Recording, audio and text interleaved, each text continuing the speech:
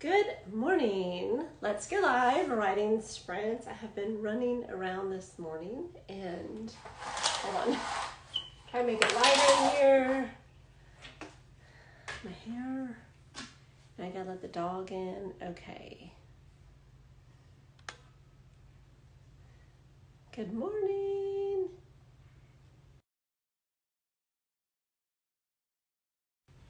Okay. Did y'all hear that? I don't know if she realized that I am not on mute, but yeah. So I've been running around this morning. Look at you all Christmassy. Good morning.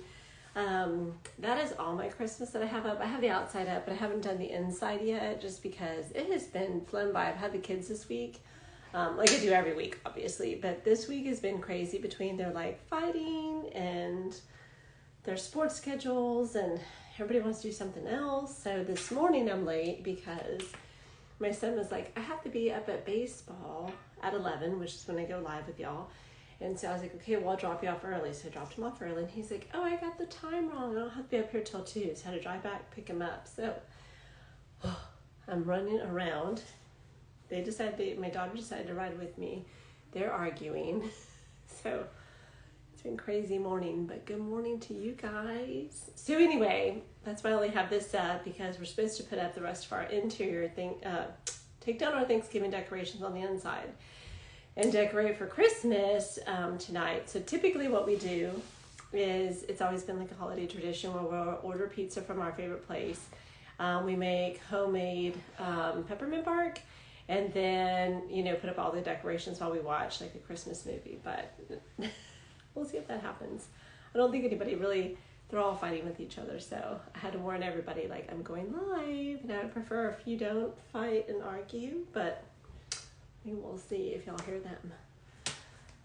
And for some reason, the lawn crew hasn't come yet today. So our chit chat may have to be cut short. I don't really know. Hi, Bulldog. I tell you, it's like chaos over here. Good morning, Mama Burn. Good morning, Omni. Hi, I know. I see you. Hey, EB. EB, you missed it. It's been just like a crazy morning already. But anyway, lawn crew hasn't gotten here, so we may have to figure out when they do get here if I have to mute early. So, anyway, okay, now they're like literally standing outside my window arguing because they know they can't argue inside, else y'all will hear it. So they went outside to argue. That's kind of creative. So anyway, how are you guys this morning? What are y'all working on? How was y'all's Thanksgiving? How was it? Hi, my man. You can hear Bulldog is right here. My Thanksgiving was great. I was very thankful for just all the blessings in my life. We have this thing where we go around the table and you have to say what you're grateful for, but it can't be the obvious, like health. It's not health, it's not family, friends, or career. So it has to be something other than that. And sometimes it's funny and sometimes it's sappy. And so I was grateful for all of you folks, the Bookstagram community, all the wonderful friendships and friends that I've made throughout the globe. On Instagram, and you guys that tune in and share and hang out with me, and I mean, it's great, right? It's just like all these friendships that I've made, so I'm so thankful for that. And it's been fun to meet different people, hear about all their journey, hear what they're doing. I feel like we kind of like succeed together or we fail together. And so when people are having trials and tribulations in their author journey or their publishing, I like to hear about that, see if I can help in any way. I don't know, just like a shared camaraderie and friendship, and I don't know, y'all are great. I hope you can tell. I really just love this community. Let's see. I know we might not hear my lawn service today. I don't know, because it's the holiday weekend, so I have no idea. That neighborhood lawn service, they are pretty on it.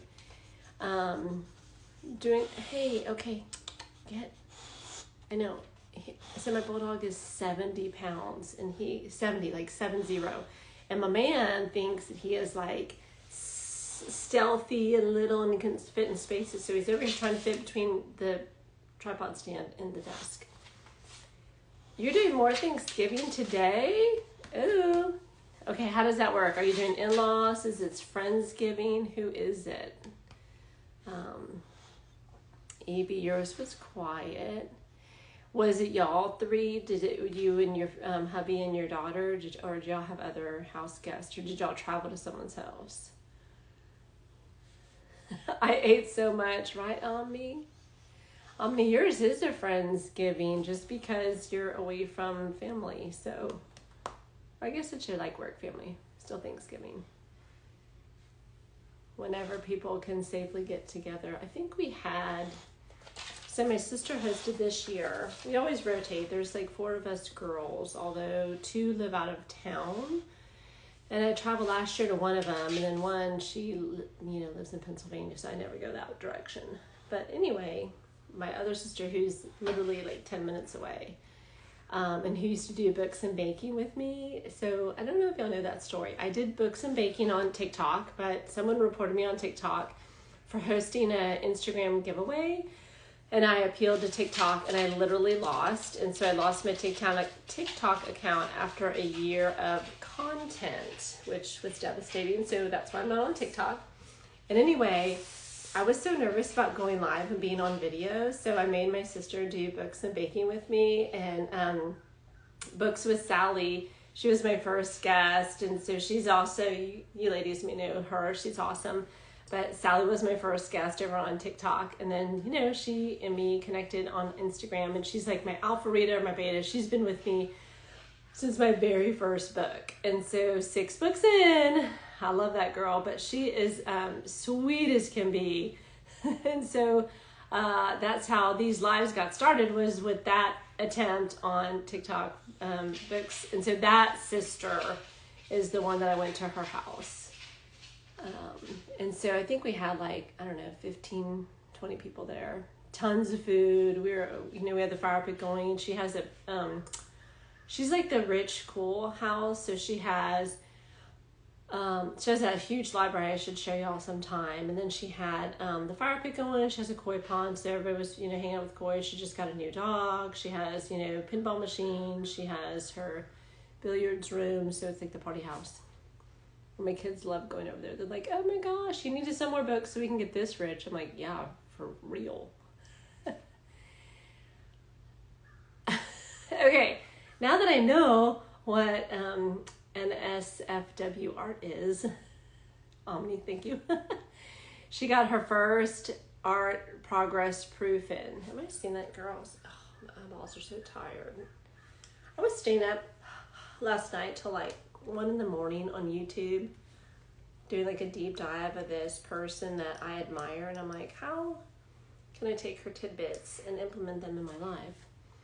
Oh, yeah, we want a sneak peek, Omni, on her first art progress. Are you drawing it? Good morning, Vera. Are you going to your in-laws today? No drama, though. It should be a nice day. That's sweet, Jessica. I have to admit, I'm going to tell you all a secret. When I got divorced, I was happy to get them back. That's so mean, right? Honest. Yay for no drama. Okay, what I did not know, what I know now is I'm single, so I have no drama. It's just me and the kids, and they're very, very, very busy schedules. And so on Thanksgiving, it was all the married people were fighting with each other, or they're basically fighting with each other. And I laugh because I had brought a friend, and he's single too. I should post a picture. He is so handsome, super fit, he wants to get married and have kids. And he can't find anybody. And so he was like, what's up with all these married people fighting? Does marriage make you fight? I said, it's not that bad. I said, but look at us with all the single people having peace on this holiday.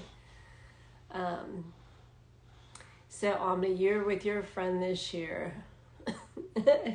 And you're not drawing, your friend for Thanksgiving, you're not drawing the art.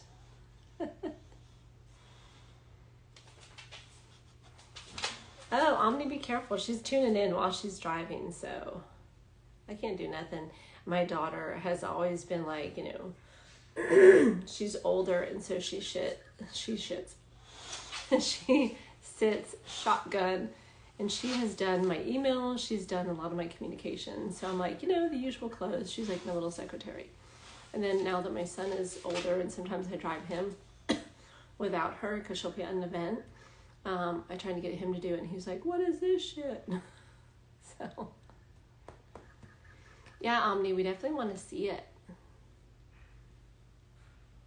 Holidays do stress everybody out. I don't know. I feel like since my life has gotten so much easier, where I'm just responsible for me and the children, I enjoy the holidays because I just feel show up. There's no drama. I have all the time in the world, but let me not be selling y'all my single lifestyle. I get asked all the time, they're like, are you ever going to get remarried? And I'm like, that'd be pretty hard to do. Been there, done that, don't need to do it again. I got annoyed with my husband, not to the point of fighting. And yeah, if you cook Thanksgiving dinner, you can let a lot of that stuff slide. My sister had it catered in, and so all I had to do was bring my Tupperware. And we brought desserts.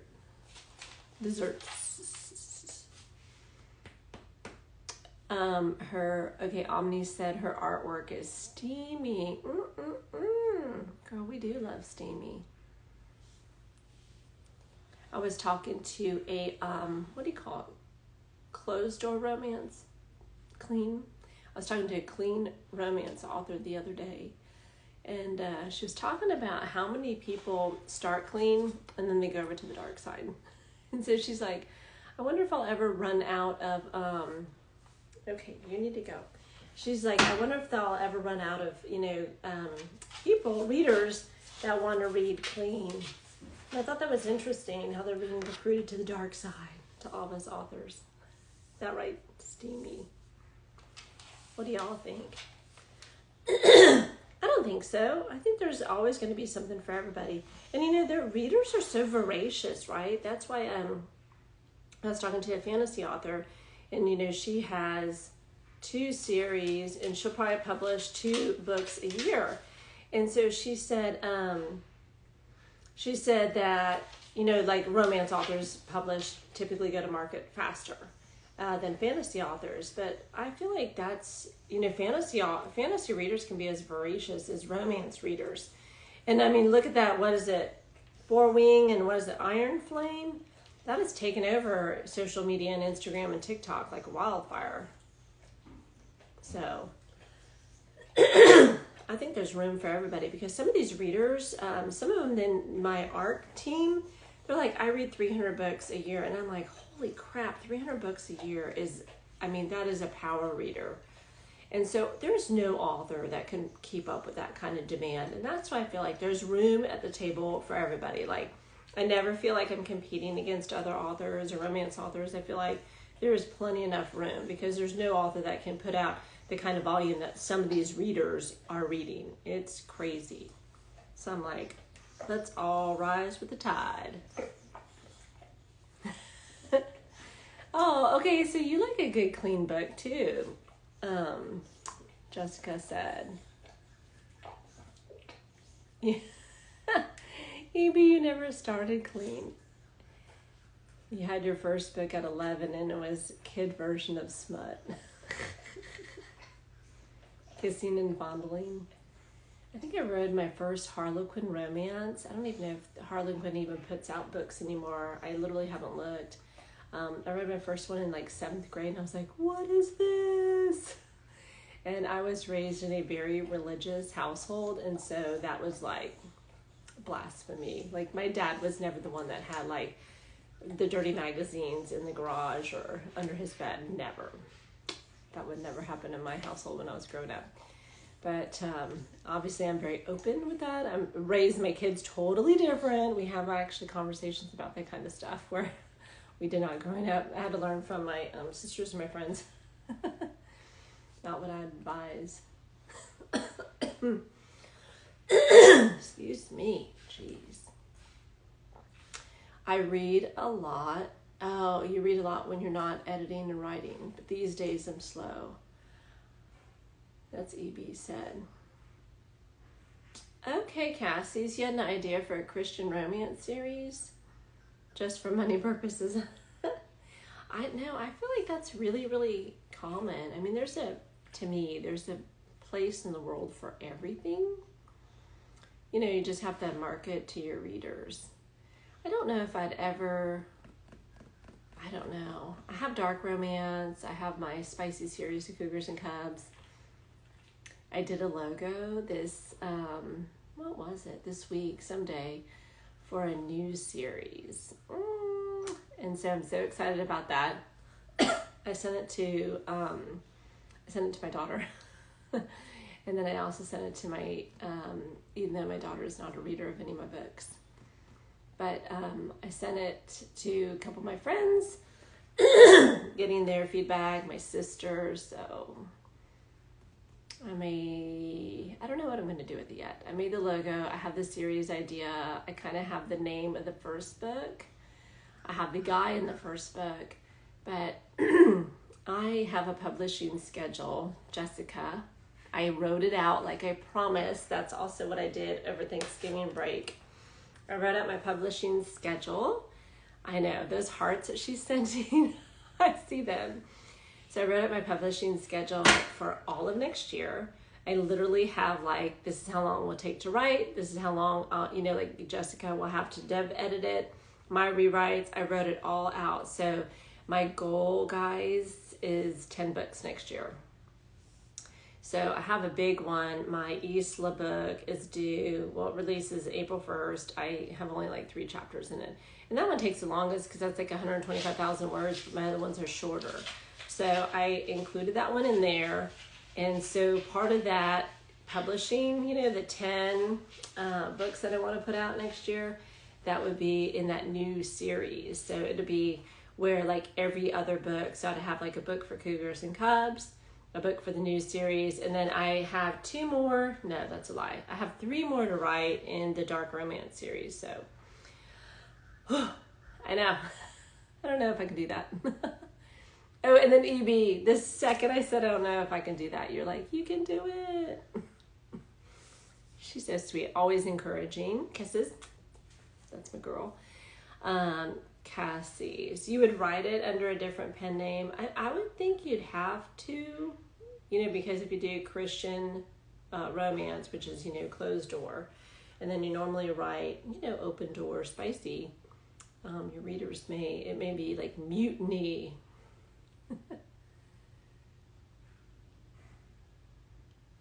It's a lot, but I'm here for it. Jessica, I already told you, we are never breaking up. How was that for my stalker face?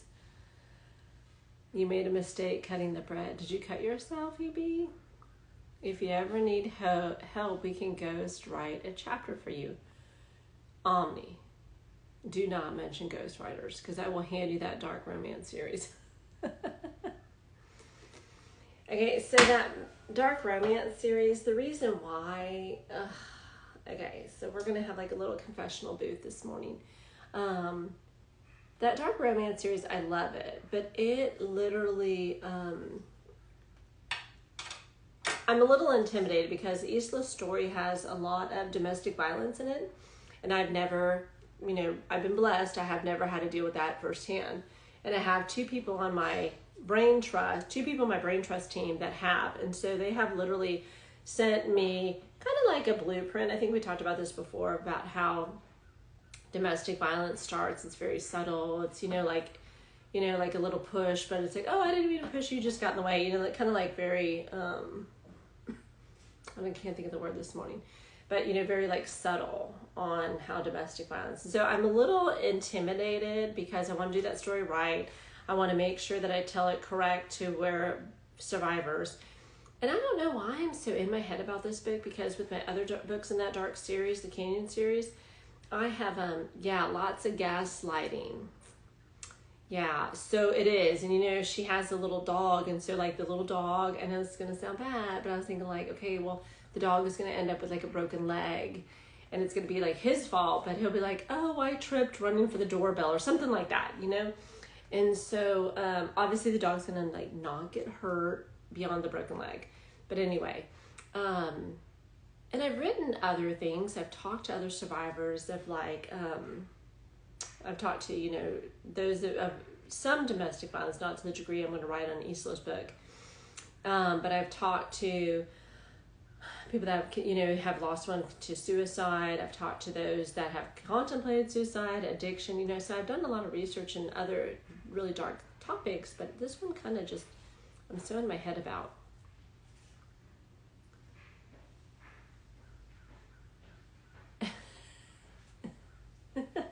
Omni, I think you're driving. She said something. I was like, what? I thought we were talking about that romance series. So anyway, that one, I have like 3 more books to go, but I have to tell you, like, it is exhausting. It's like a mental drain just because I want to do these books right. I want to tell their stories correctly. And so they're not as fun and easy as my Cougars and Cubs series. And then the new series that I'm going to start, I'm so excited. The logo for that series is so good. So I won't have a book in that series until, I won't tell y'all. I got my book right here. My notebook. I write everything in it. It's really like a whole situation. But I charted out all my series in here. Okay, so got my glasses on because I'm old and I can't see. Okay, so I think in that new series, the first book wouldn't come out until May. Bummer. But that's just because of my other commitments that I have. Because I have Sebastian coming out on December 12th. I have Giovanni in January. I have somebody... Jessica, we haven't even named who we're doing for February, but February is going to be spicy. I think we decided that we're going to go BDSM for February, and then March I'm gonna have to take off March publishing anything because I got to get ready for Isla in April 1st. But we'll see. I have all those grand plans for 2024. And you know, they always say, like, if you shoot for the moon, you reach the stars. So that's the idea. So yeah, I would love a ghostwriter. One of my friends, a really good friend of mine, she's a ghost. And, but she's booked. Like, she's like, I couldn't do it. And I wasn't asking to hire her. I was just wondering, you know, trying to educate myself on how ghosts work in general. But I reached out to another person, and I was just like, how much does this cost in general for romance? Because romance is the highest demand, so they can charge the highest amount. 25 cents a word. I was like, wow. That's a lot. So, and then the other thing is, if you do 25 cents a word, I don't know. Okay, so like, you know, if you have to do like, what am I trying to say? Okay, so I think how it works is, well, I know how it works is like you decide on a general premise, you decide on, you know, with the tropes and the subgenres and everything you want to do, and then it's 25 cents a word. But I wonder how much of that gets tossed out because, you know, us as writers, you don't use everything you write. Like, you'll just write free form or however you write, plot, whatever, right? But when you go through and edit your work, when you do rewrites, you toss a fair amount of words out. So I don't know if you like pay for it because it's written, and then when you toss out, you still don't get a refund.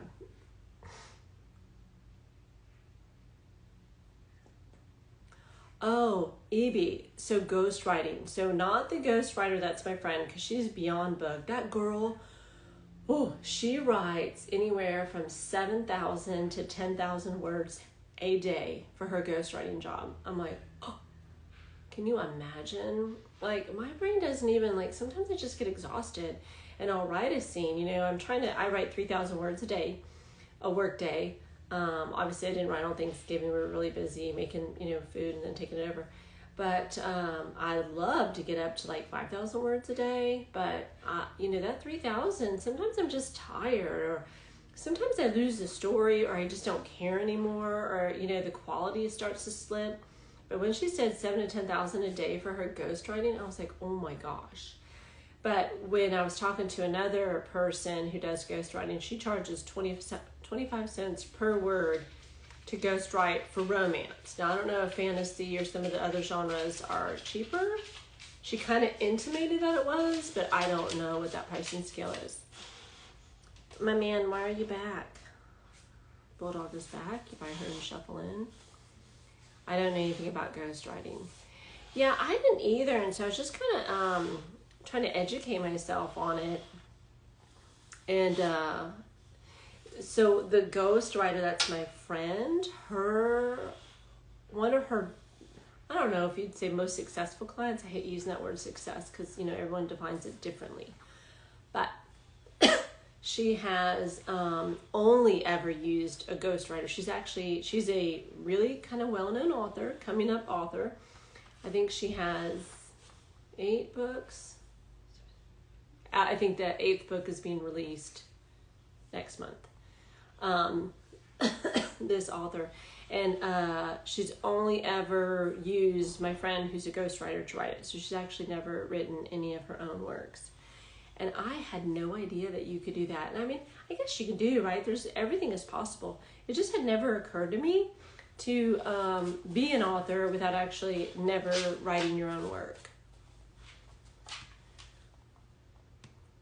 Yeah, I mean, that pricing schedule, that 25 cents a word does make sense because they are putting in the work. But I think, if you're writing, that could be, almost $12,000, $15,000 if you hire it. And then you have to recoup that cost. So I feel like most people can't afford that. I know, right on me? That is wild. Cassie's, it's so weird to me. I just never, it so surprised me. She never, she did not, trust me, this ghostwriter who's my friend, she has NDAs. She did not out who her author was. But it was just kind of this weird way that I came across. I think it was like through Fiverr, and my author friend is not on Fiverr. But there was, she reached out to someone on Fiverr to do the cover of her novel.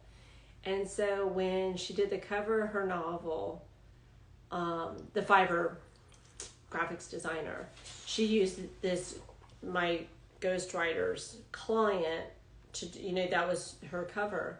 And so just by doing kind of like a deep dive, I don't know what my deal is with this coughing today.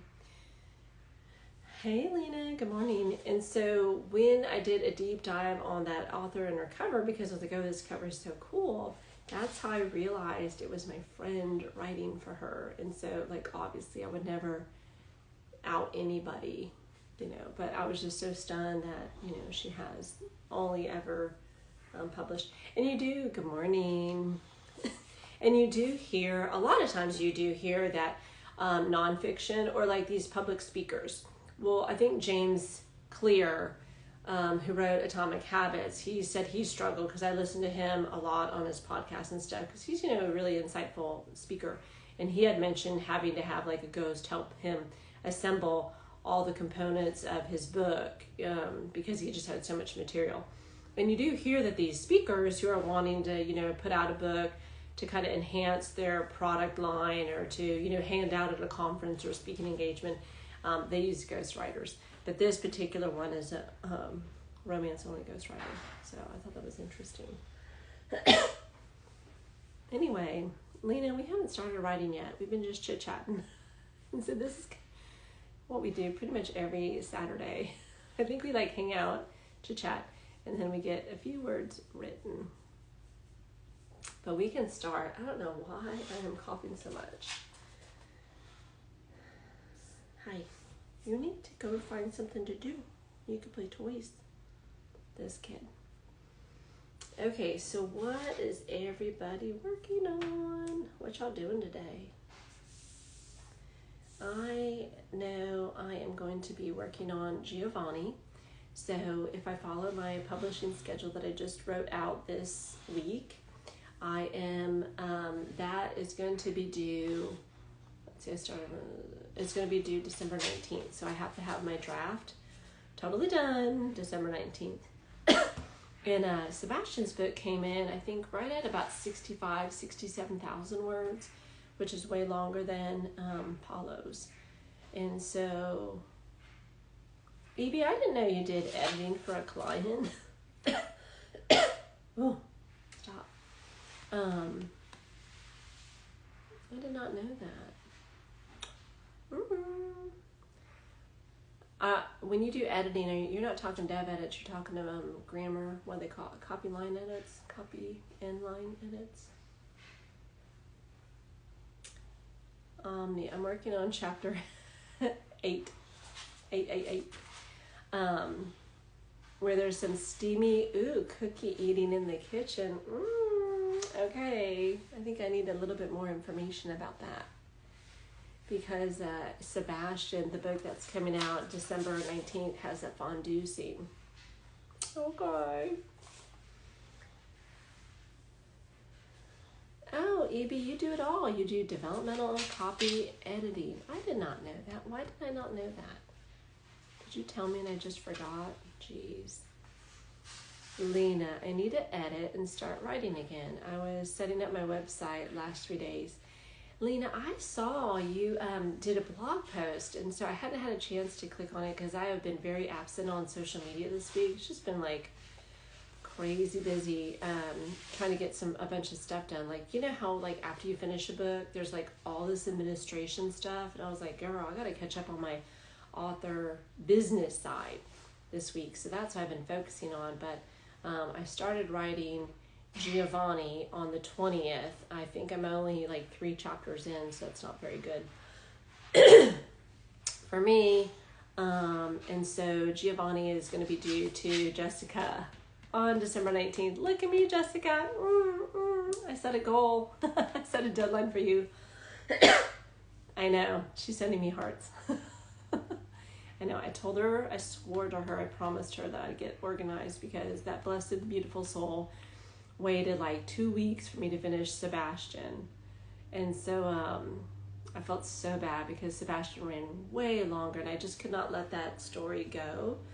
And so I'm trying to be much better and respectful of her time and meeting my deadlines and just working on my writing discipline, because if I want to put out those 10 books next year, girl, gotta be disciplined, okay? We can't have none of this shit going on that I've been doing in 23. I don't feel like it. I don't even know. My creative juices aren't flowing. Just fill in the excuse because I've had them all this year. You don't. Oh, okay. So EB, you don't tell people. That's how I didn't know that she does editing services.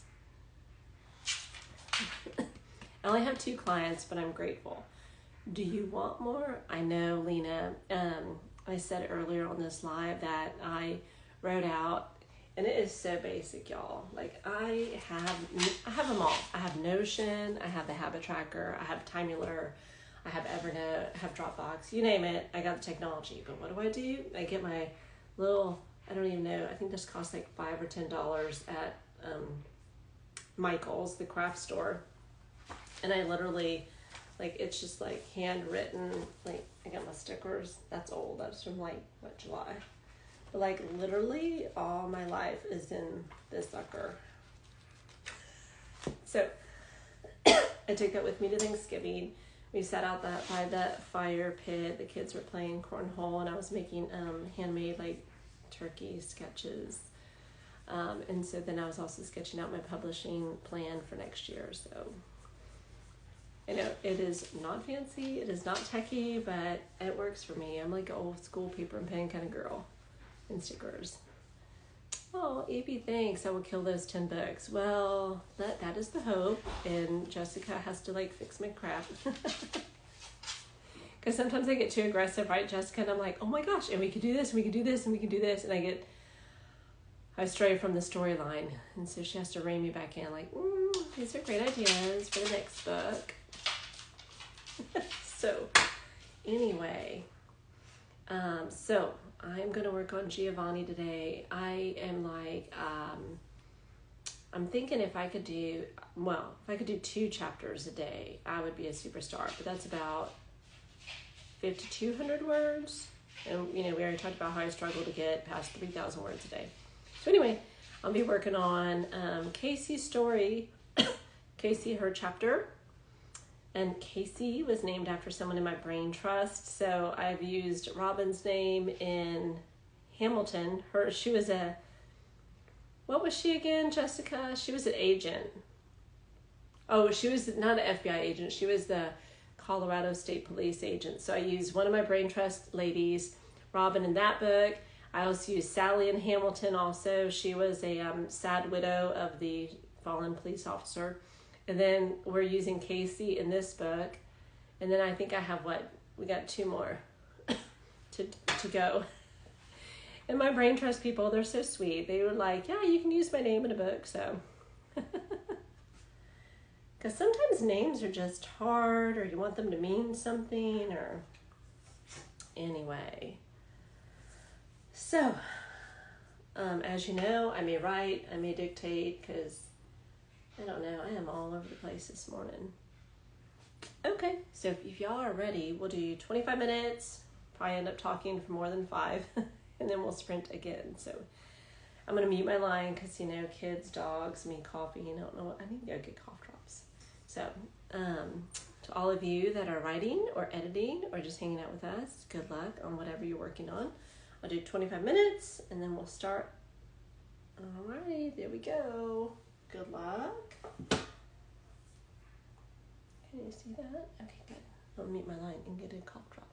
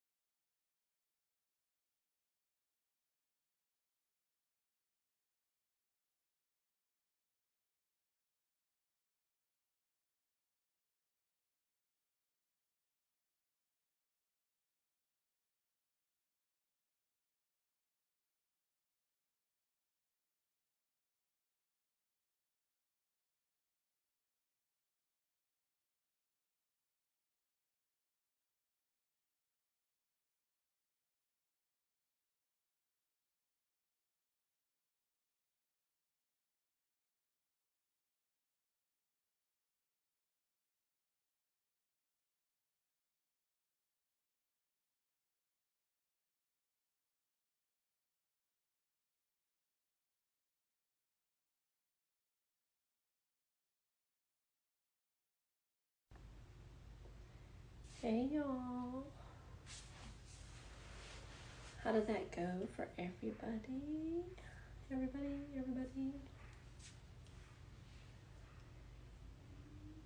I finally got a cough drop, so I'd stop coughing while we're chatting. And then Bulldog brought his squeaky toy, so I'm really glad that Evie taught me how to mute my lives.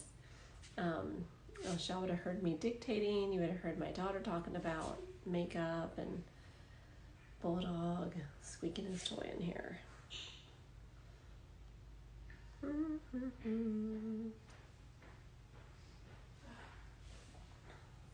Okay, so let's see.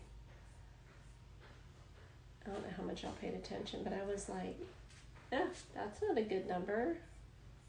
Hold on, I have to type one more word because that says 666, so I don't like that. 448 hours. Okay, so, plus I need to spell out 48 anyway. Okay, I'm mumbling to myself. Anyway, how did y'all do on your sprint? Why is this showing muting is essential? It is. I know, when I was seeing how many words I got, it had 666, so then I spelled out, I spelled out one of my words, but it still kept it at 666, and we cannot have that. Ugh, gross. You're sitting at your desk now. Did you finish with breakfast? So I did a combination on that one where I was dictating and then, kind of correcting as I go or typing a little bit. So I think last time when I was trying to think, I think it was after when I was doing rewrites, I had not done really too much editing when I sent it to Jessica, poor woman. And so I decided I'm going to change that also this round on this book. Because I know I sat there with you guys one Saturday and I had like literally 5,000 Grammarly mistakes or, grammar things that needed my attention. And so I was like, girl, stop doing that stupid stuff. So I am now editing, doing my little Grammarly edits as I go. So it's not such a nightmare on her or me. I'm not having to do it all at once. Which, most of the world is like, duh. But apparently I had to take longer to figure that out. It's like I'm a glutton for punishment. Like I make it hard on myself. And then I'm like, oh my gosh, there's easier ways. Duh. Mistakes happen though, easy to correct. Okay, so I know, I got my Grammarly plugin working again. I had to do like a reboot and I don't know. I feel like when the documents get too long, it just doesn't want to do it. And then when I cut and paste it into Grammarly Web, it really messes up your formatting. And so that formatting comes in very, very odd. And the bad thing is, that's what I'm sending to both my developmental editor and my copy line editor. And I'm like, it's hard on them. Excuse me. Okay, so Evie, I have to know, since you're a writer and an editor, which I will never be, both, what am I trying to say? Do you really make that many mistakes? Because I would think girl, I can't tell you where a comma goes anymore. My daughter was talking to me about the Oxford comma and sentence structure and all that, and I'm like, I have no idea what you're talking about. But do you find though that since you are an editor that you don't make that many mistakes when you're on the writing side? Or do you just write, get the whole story out and you're like, this is a mess. I have red squiggly lines or blue lines. I don't even know what the blue lines mean. And then you just fix them later. So tell me. Like I'm looking at a blue line now.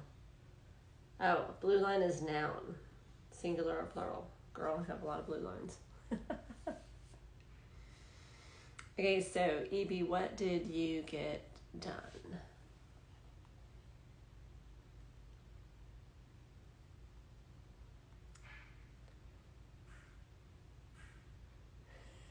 You feel like you need a nap after that sandwich? I know, for real. Hold on, let's see. When I'm writing, I focus on just getting the story out. I worry about mistakes later. Otherwise, I spend too much time looking at mistakes and it derails my flow. That makes sense. That's kind of like how I do it. That's when I end up with 5,000 errors. Writing time is just that, writing. I agree, but of course I'm not an editor. But to me, like, when I write, there's no rules. It's just creative. It's being in flow with the story, and you know, I will do research as I write. Some people put research and they'll be like, oh, they'll do like a bracket and it says research this later.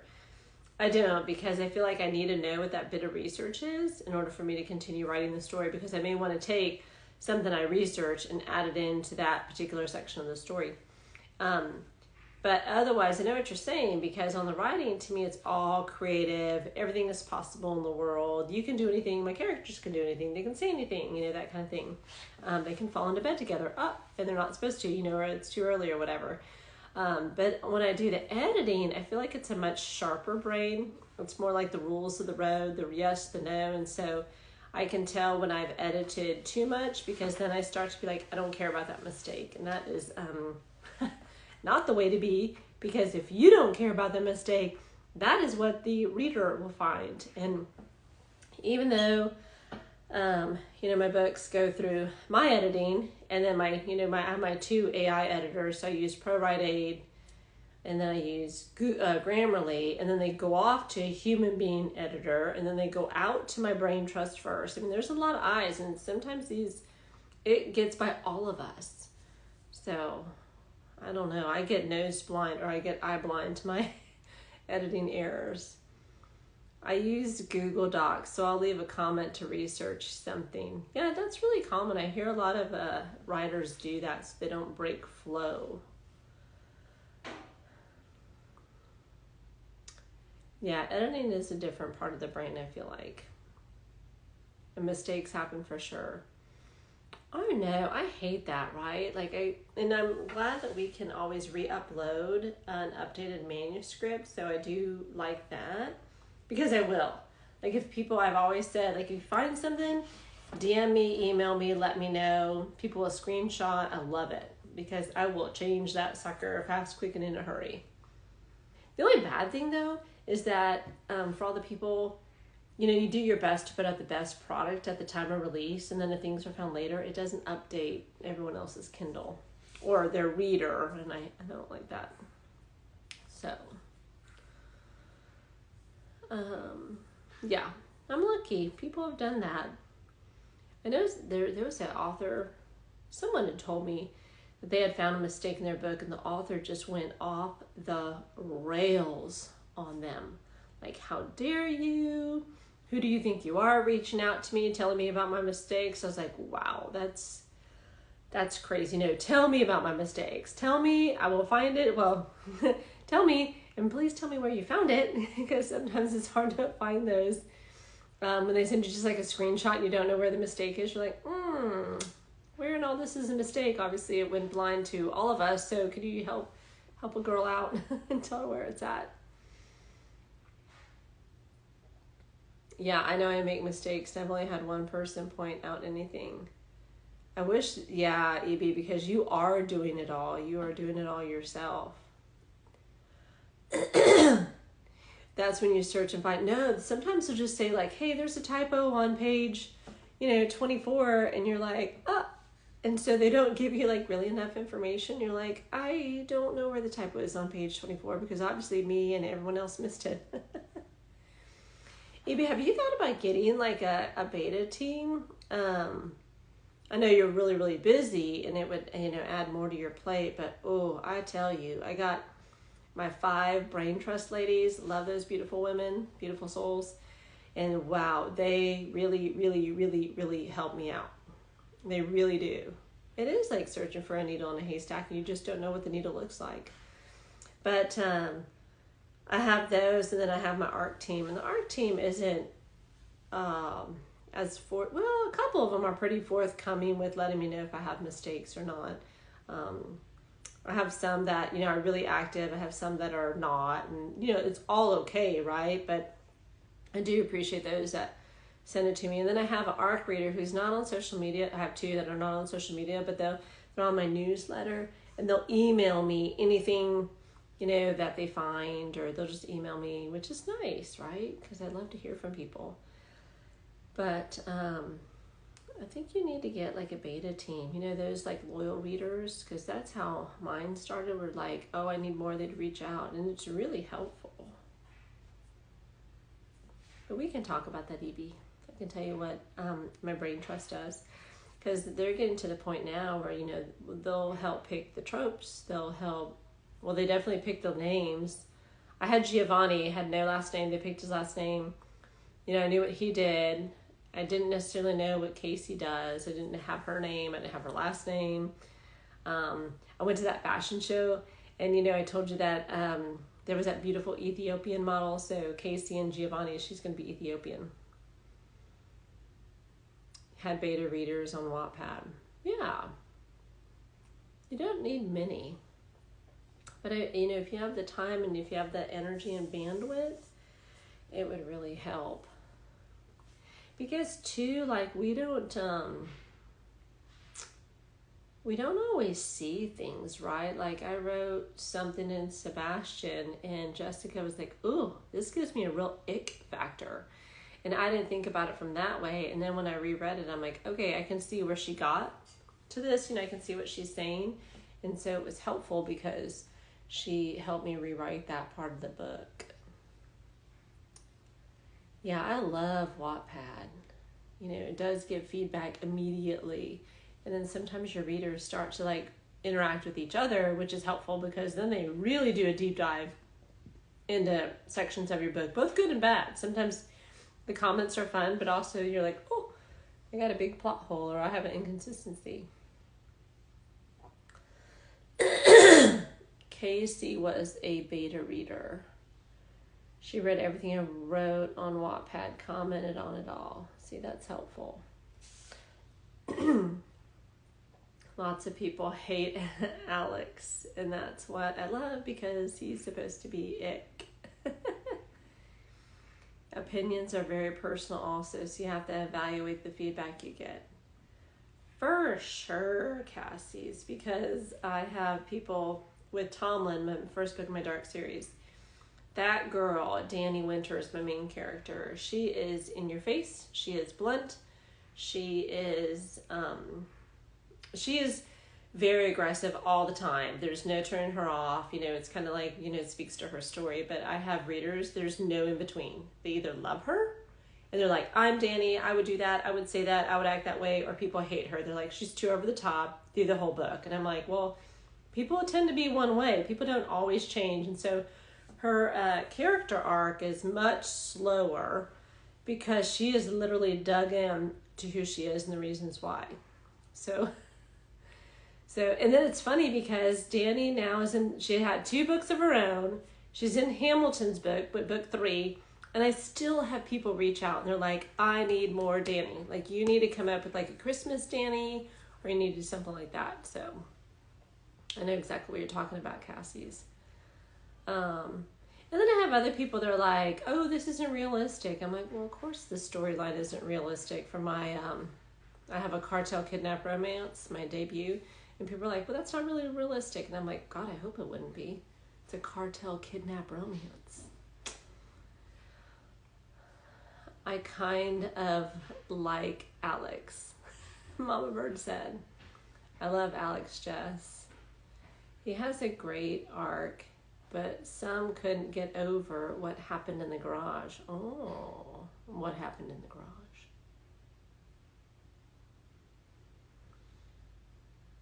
I'm like, I know I'm not supposed to like him, but is he going to get a redemption arc?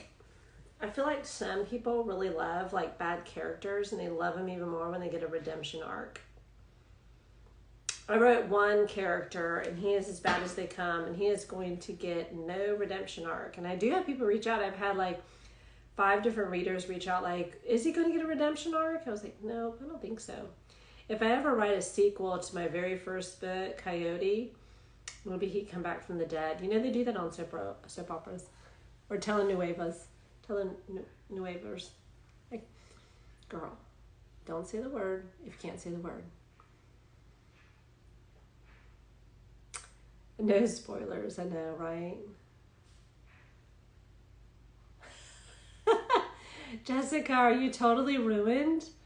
She's read so much dark romance that it's hard for her to hate villains now. You're like, I am destroyed. I feel like that can be the case too when you like write sex scenes. Like when you write such like out there, I don't know a better word, but when you write such steamy stuff, you're like, am I raising the bar? Am I continuing to raise the bar? And I mean, like, when does it become too much? She's basically ruined. Omni, I'm over here laughing so hard. You guys are hilarious. I know, that's what's so fun about hanging out. That's probably why like we don't get many writing sprints done. Because we just enjoy each other's company.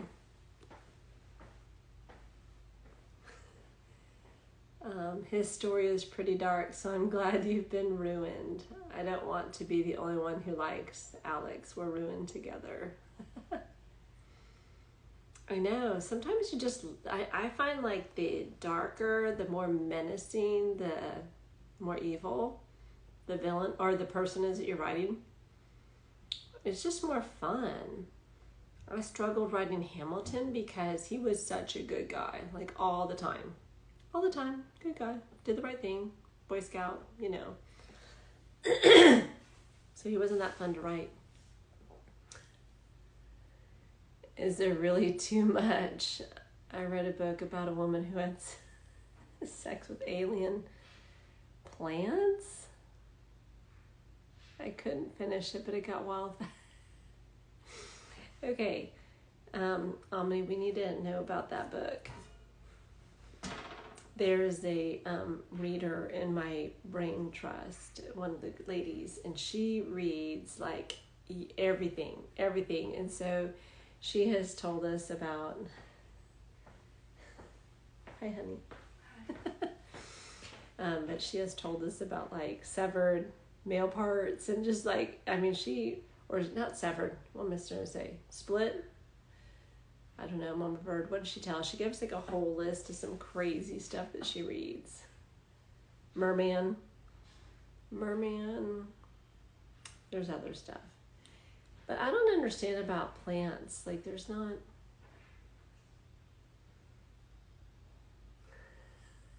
I have allergies, so that's a no-go. But some people like their gardening. Amy, you're hilarious. I love alien romance, but plants. Okay, so I told you guys, I have this vault of like 10 novels that I wrote when I was like, you know, going through sadness and dark times and trying to process my emotions. And I have an AI book. And her husband is half cyborg, but she has no idea until like something goes wrong with the wiring or something goes wrong. And then all of a sudden she has like all these guys in black suits coming to pick up her husband. And then she's like, what is going on? And that's how she finds out he's a cyborg, but she loves him, obviously, because they're married and they have like a little baby. And so she's like, what is this baby, like part cyborg too? I mean, like she obviously gave birth to the baby, but she's like, what is this baby? So I have that book. It's literally called, well, I think I called it Artificial Intelligence, but I don't know if that would be the working title. Okay. Love alien romance. I know, Mama Bird. So we have this member of our group, and she has this like trope kink list. It is epic, you're right. And she adds to it. Half the stuff on there, Jessica, didn't you have to look up? I'm like, what is this? And what is that? And what is it? It's like, this is some crazy stuff. But y'all, she created a whole spreadsheet. Her and her friend, they updated. they're massive, voracious readers. And anytime they read a book, for pleasure, obviously, because she's not an editor and she's not a writer. She's just a bookstagrammer. And so anytime her and her friend read a book and there's nothing, that trope is not on their trope spreadsheet or they add it. It's so cute.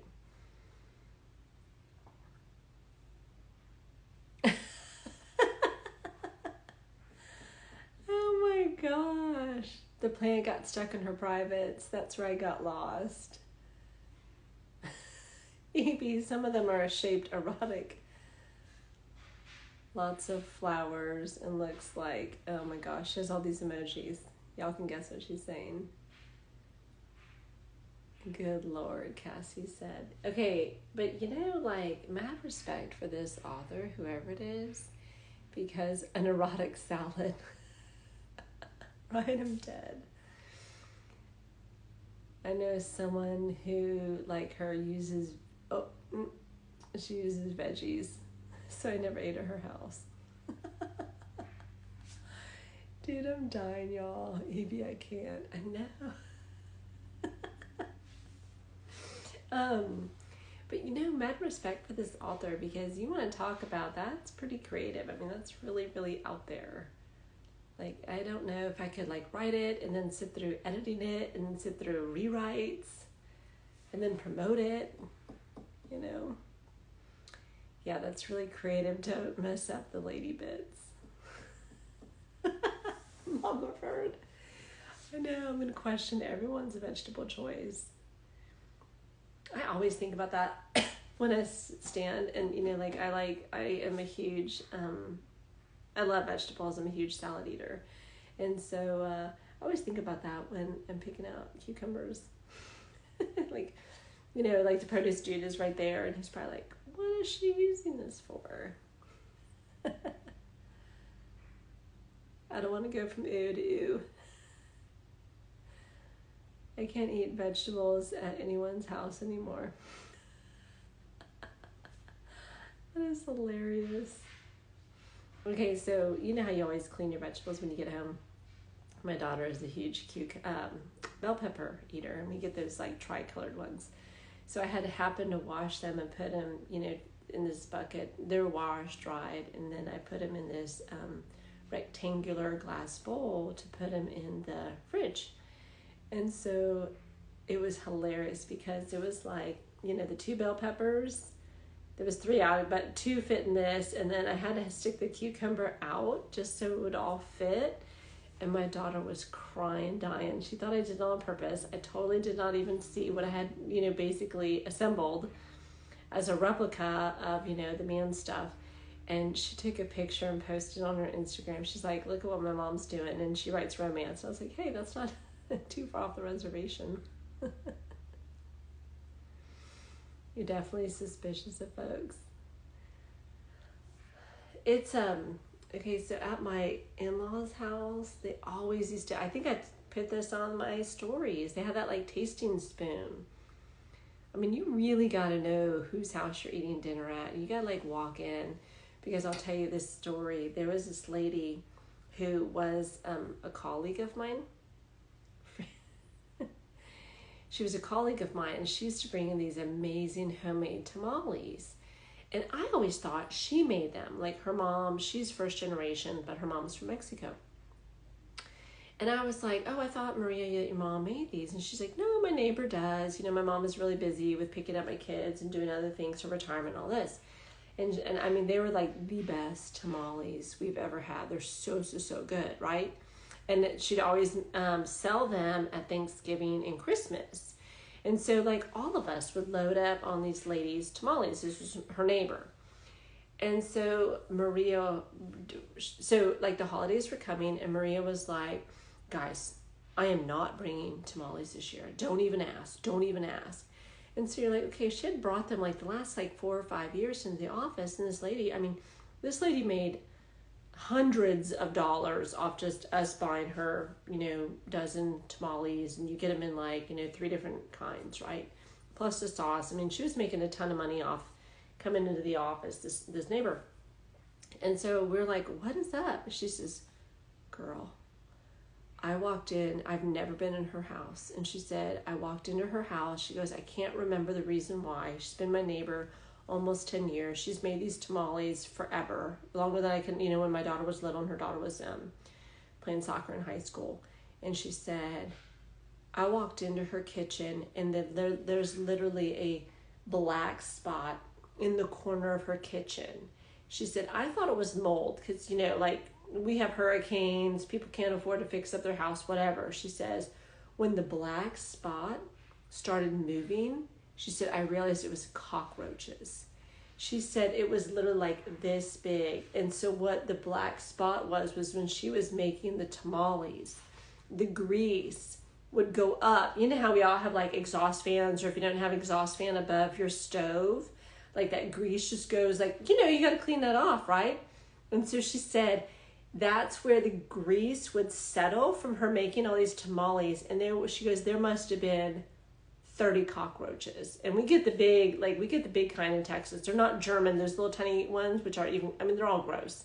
But these were the huge ones. And they would live up there and eat the grease from her making the tamales.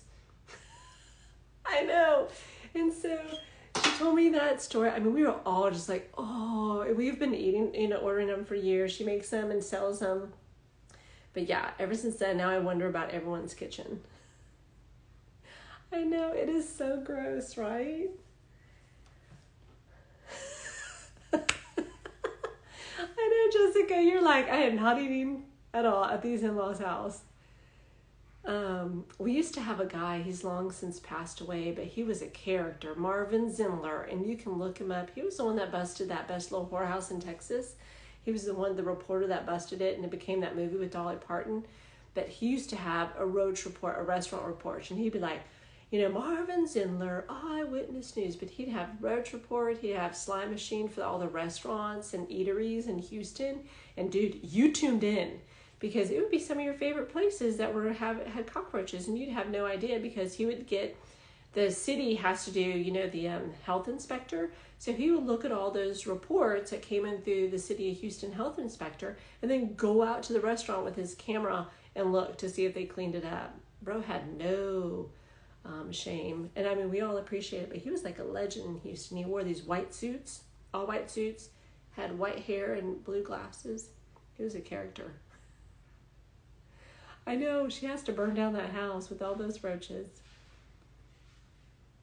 I get, my house is fully remodeled, but it is from 1950. And so our neighborhood has humongous trees. Everybody's like, oh my God, your trees are so beautiful. They just, it's like a tree line drive. And they connect over the road. And so when you drive through, it's like a, tree tunnel. Let me tell you, that is a rat and roach freeway out there.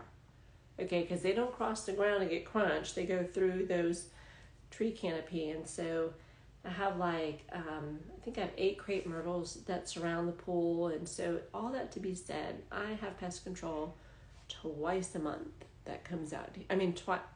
Every other month pest control is here, every 2 months, because I cannot do that. And I live alone, I'm single, I don't have a boy to, kill my roaches. So, eat a grilled cheese before you go to the in-laws today. She's going to have to. We've scarred her emotionally. And my in-laws used to use that tasting spoon I told y'all. They would stir, taste, dip it over into this one, stir it, taste it. And then the spoon would sit next to the stove. And then the next in-law would come in and they do the same thing. So basically, they would get all their germs in all the dishes. And then that's what you would eat at Thanksgiving. So that's kind of gross. And I'm just like, we don't need a tasting spoon that everybody licks. I'm not making out with everybody at Thanksgiving via the food. So, I swear, we need to have a retreat because we end up having such a good time on here. Yes, Evie, your in-laws used to use that and lick their fingers. I swear, it's so gross. There was this guy on Instagram and he was talking about how he makes breakfast for everybody, and he's over there he would make eggs, wash his hands, do this, wash his hands, do the toast, wash his hands. I'm like, yeah, that's me. I'm kind of like, I think my kids think I'm fanatical about hand washing. But, okay, are y'all ready for another round? Because I got a deadline now. I got deadlines like a real author. And then I told those deadlines to my bestie Jessica. So now I gotta follow them. Okay, so we'll do another 25 minutes. And then I'll probably need to go because I think I have to feed some kids. It'll be almost after 1. I haven't fed anybody. I mean, I made breakfast, but apps. Okay, so I'm going to do 25 minutes. Then mute my line, and good luck. I don't know how I want to start chapter 8. Okay, so do you want it to, so here's what I think about when I start new chapters. Do I want it to be land in the action, where it like takes off? Do I want it to be introspective, where like they're thinking about what happened in the last chapter? That's how I started Casey. This chapter 4 is like, there was a moment where her and Giovanni, they had a moment and she didn't take advantage of it. So now, you know, her chapter is where it's going to be introspective, like, what does that mean? And is he into me or am I into him, or that kind of thing? Or do you want to start your chapter in a schmegsy scene? Because it's always a good way to start. So I don't know if that helps. 3 different ways: jump in the action, introspective, or schmegsy. Or if y'all have other ideas to help out Omni on how she can start chapter 8, add in the comments. All right, my hair's a mess. Anyway, let's go. Thinking about the previous chapter. Yeah. Okay, so now you have your work ahead, Omni. All right, 25 minutes. Starting now. Start and mute, and I'll be back.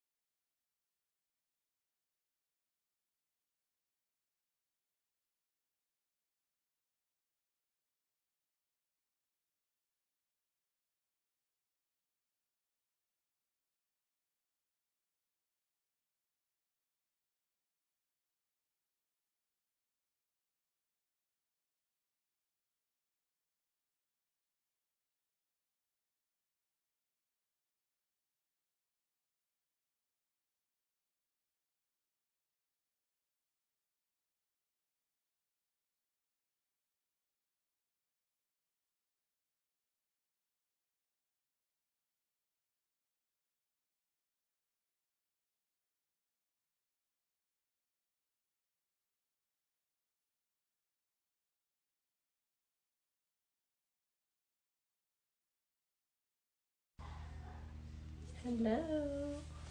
We're back.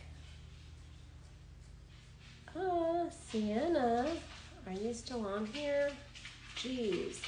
If you're still on here, I'm trying to think what daylight savings that would put us at. I think you were 11 hours ahead, but I think now you're 12 hours ahead of me. My man, hi. I know, you need to go play toys. I just got up. Okay, what time is it there? Must be late for you, Sienna. Yeah, I was trying to think. So that would be 3 a.m. your time? Oh, are you still in New Zealand? How was your daughter's fashion show? I thought you were... I didn't realize that you were still there. Oh, it's 8 a.m. Wait. Okay, so I have a call with New Zealand. Okay, so it's her Thursday at 11 o'clock in New Zealand. And so you are what? I'm trying to think how... It's this Friday. Okay, I'm trying to figure out how far of a difference are. Okay, so it's Saturday at 1 in Houston. So wouldn't it be your Sunday 8 a.m.? I'm confused, I swear. I have that call with my mentor so she's going to be in New Zealand this particular Thursday. And so I'm trying to figure out what that is on my Wednesday. So it's Sunday. Yeah. So you would be, let's see, 7 hours, so 24, so you're 17 hours ahead of us? Girl, ooh. It's so confusing. I have to figure out when I meet with her. Like, what is 17 hours from Thursday at 11? Like Wednesday something. I gotta figure that out because I don't want to miss this call. Okay. Yes, you're 17 hours ahead. How did it go with your daughter's fashion show? EB, I know that 25 minutes went fast. I was up, I have to actually be leaving here pretty soon because my son has to go to baseball. My daughter was in here, looking for something. The dog is unsettled. He keeps shuffling in and shuffling out. I'm like, okay, everybody is come on with it. I don't know why I'm the common denominator today. You finish a chapter of edits and I'm working on another chapter. God bless you. I hate edits. Yeah, Evie, so many fashion shows. Yeah, so her daughter had one. My daughter has 2 more. And then the Christmas season will be done. And then here in Houston, spring is when the galas start. So typically what they do is they have a shopping event for the ladies and sell their gala tickets. And so my daughter will have the shopping event where they do the fashion shows. And then the galas will be later in the spring. So I think my daughter has a fashion shoot coming up sometime in December, maybe January. We're talking with the team that does all that. That's why you ride at night, because there's no distractions. It has been like Grand Central Station these 25 minutes. I don't even know how many words I got in. Probably I dictated because everybody kept chit-chatting in my household to me, but let me tell you, that's a blessing. I'd rather have that than I love being a mom. That's one of the best things in my whole life. Okay, so I think I dictated not too bad, 651 words. That one I was kind of in the flow because I had a scene with her and her colleague. So it's kind of like dialogue, and I feel like dialogue is easier to write because it goes kind of quick, back and forth, and then you just have to add in the, I don't know what you call them, not physical expressions, but where okay, he's leaning here, he takes a sip of his coffee, or she goes and gets that file off her round table. I don't know what you call that. Narrative? You'd think I know these things. I do write for a living. That's great. Same as EB, I write at night. Yeah, because I imagine, Sienna, you have your daughter at home with you too, and I know your days are busy with her. For real. But yeah, I'll have to log off here in a few minutes because we have to go and drop them off at baseball, and then my daughter said she had to do something or another. I'm making them clean their bathroom, like deep clean. Like when I talk about like take all the stuff out of your bathroom, you know, underneath the counter, and they have this humongous closet, and it has been like a wasteland for like makeup products, skincare, toothbrushes. I mean, you name it, it is in there. And so it's like this Thanksgiving break, guess what y'all are doing? You're deep cleaning that. So it's like they have to take everything out. You have to figure out if you want it. They have to redo the shelf paper. So I'm making them do that, and that's what they've been doing today, and that's why they're fighting. Because they're like, my son would literally do one of these. He would like have it, and he'd like into the trash can. And then here's my daughter. She would be like, oh my God, let me look at this, and let me look at that, and you know, so. I know, I'm such a mean parent making them clean their bathroom. But I hate how much we just seem to collect. I don't know how like so much stuff gets into this house. I'm like, I feel like I have to guard the door because it all comes in. Okay, dialogue tags or action tags. See, I thought dialogue tags are the he said, she said, da da da. It's all about the he said, she said bullshit. You know that song? I can't think of what the name of it is. Sienna, your kids pretend they're sick when they have to do all that kind of stuff. Oh no, because this mama will not put you in that car. That car goes nowhere until your responsibilities are done here at home. And, you know, I've even called my son because he was supposed to like, you know, fold his clothes and put them away properly. Not just like move the laundry basket into his room and then live out the laundry. That doesn't count. And so he was at his girlfriend's house, and I was like, you have to be home by 7:30 because you're doing your laundry, you know, putting it away. And so his girlfriend ended up telling his mom, his mom is so strict, like he has to put away his own clothes.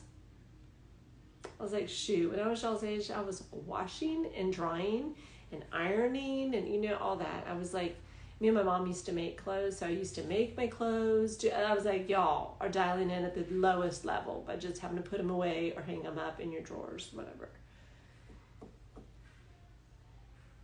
My son, I know, right? These kids. Mine are good. They're very, very busy, but we still have responsibilities at home. My son did horse events. Oh, and if he didn't vacuum out my car, I didn't pull the horse. Am I saying that right? Horse, hold on. Oh, house. You know, he did horse events, and if he didn't clean or vacuum my car, I didn't pull that horse. For real, right? Sienna, your daughter sobbed when she had to clean the toilet. I know, right? They act like it's such a big deal. Or they like to fight over like who missed the toilet. And I was like, I don't freaking care who missed the toilet. Like someone's cleaning it, so... I know. I think they may think it's like child abuse. They're so silly. His girlfriend said that that's wild. She's about to have a reality check when she starts adulting. I know. I'm telling you, like, so I am the hangout house. I got a pool. I'm on a quiet street, bikes, you name it. Like, I don't have all the toys because there's this one family that they have all the toys. Like, it is amazing. They got like a full basketball court in their backyard, a humongous Olympic-sized gym. They literally have batting cages. You know, I have like a fire pit. I mean, they have it all, right? So they're the ultimate hangout house, but they're very, very busy. They travel a ton. And I tend to be more home-based, right? So we're the hangout house. But let me tell you, I got these kids trained. Like, they know when you come to this house, like, you clean up after yourself. Like, this girl's not picking up dishes. I'm not picking up your dishes from the dining room table where we all eat, and you're going to rinse them, and you're going to put them in the dishwasher. Like, that dishwasher, I always do my dishes. Like, I wash them overnight. So first thing in the morning when I'm cooking breakfast, that dishwasher is empty and ready to go for the day, right? And so I got all these kids trained. They know, to the point where I have some of their mamas commenting back to me. They're like, what are you doing over there, running like a kid boot camp or something? I was like, I'm not picking up after all these teenagers. I'm not cleaning after them. Like, I cook, obviously, and we have tons of snacks all the time. Snacks, cookies, because I like to bake too. And so we always have like sweets in the house, baked goods and stuff like that. And so I was like, no, but they can do their part. And it was so cute because there was like one Monday, I didn't normally go to the stores on Saturday, and I didn't for some reason. So I went on Monday, and I pull in, and there's little like 4 boys that rode their bikes over to my house on a Monday after school. So I pull in with the groceries. It was like a big grocery haul, and I literally pull in, and you can see these 5 boys, my son included, come out to the car and start grabbing groceries because they know I better not have to ask you to even come out to my car and get my groceries. My son knows this, you know. I was like, the second that car pulls in, you're up and out the door, you know, because he didn't have to go to the store. He didn't have to cook any of it. You know, like the dishwasher cleans it. So the minimum you can do is go out and get those groceries and then also, unpack and stuff like that. And so it was so cute because like all these boys. And so one of the moms was like, I pulled in the other day and my son was out like helping me unpack groceries. I'm like, yeah, that's how it is. And so she's like, thank you so much. I'm like, dude, we are training someone's husband. So yeah. But there are some things like bro has to do. I was talking to a mom. We were sitting up in the stands because of baseball. Baseball goes on for hours and hours. And she makes her son do all of his own laundry. And my son was like, Mom, don't make me do that. I'll bring in the groceries. I'll do everything else. Because he has to do like drinks. You know, drinks go in the outside fridge. And he has to like take them out of the packaging, recycle all the packaging. So there's like a whole training flow. But I swear, you train kids once or twice, they know. They know how to do it. They may not want to, but yeah, my kids know like that car does not leave the driveway if there's, chores undone. Yeah, your daughter, she keeps her room clean. I have one that's like clean and I have one that it's a disaster. Adulting is going to hit them hard for real. My kids have no clue. Because Sienna damn straight. Yeah, I am training future adults. Mine are older now. Yeah, Sienna, your kids are out of the house except for your daughter. But they always come do things for me. See, that's great. I know. Okay, I have a colleague, and oh my gosh, I miss him so much since I left corporate America, and he's such a wonderful man.